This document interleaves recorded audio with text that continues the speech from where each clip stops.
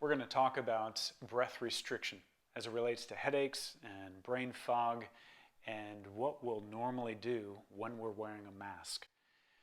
These principles go far beyond whether or not we're using any protective face covering, respirators, masks, bandanas. They apply to the mechanisms of breathing and health throughout our lifetime. When we are faced with a restricted airflow, could be asthma, sinusitis, or in this case, breathing through a mask for hours at a time, it changes our habit of breathing. So one thing, naturally, we won't breathe quite as deep, because if we have that restriction, we're fighting something if we breathe too deeply. So naturally, we won't. We'll breathe a little bit more shallow, and that can be a very appropriate way of handling the gear we're using. But the opportunity is to breathe better. So the thing that happens in the body with our breath cycle, as we try to breathe more shallow, we're using our neck much more. We're using these accessory muscles of breathing. And if we're not careful, even when the mask is off, we're using that throughout the rest of the day, throughout the rest of our lives.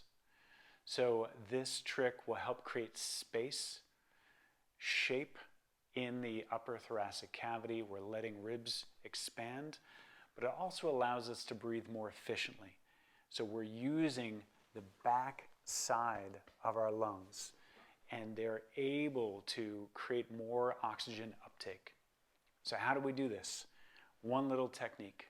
We're using this opera hands technique. We're gently pulling our hands apart, pressing our elbows down and back.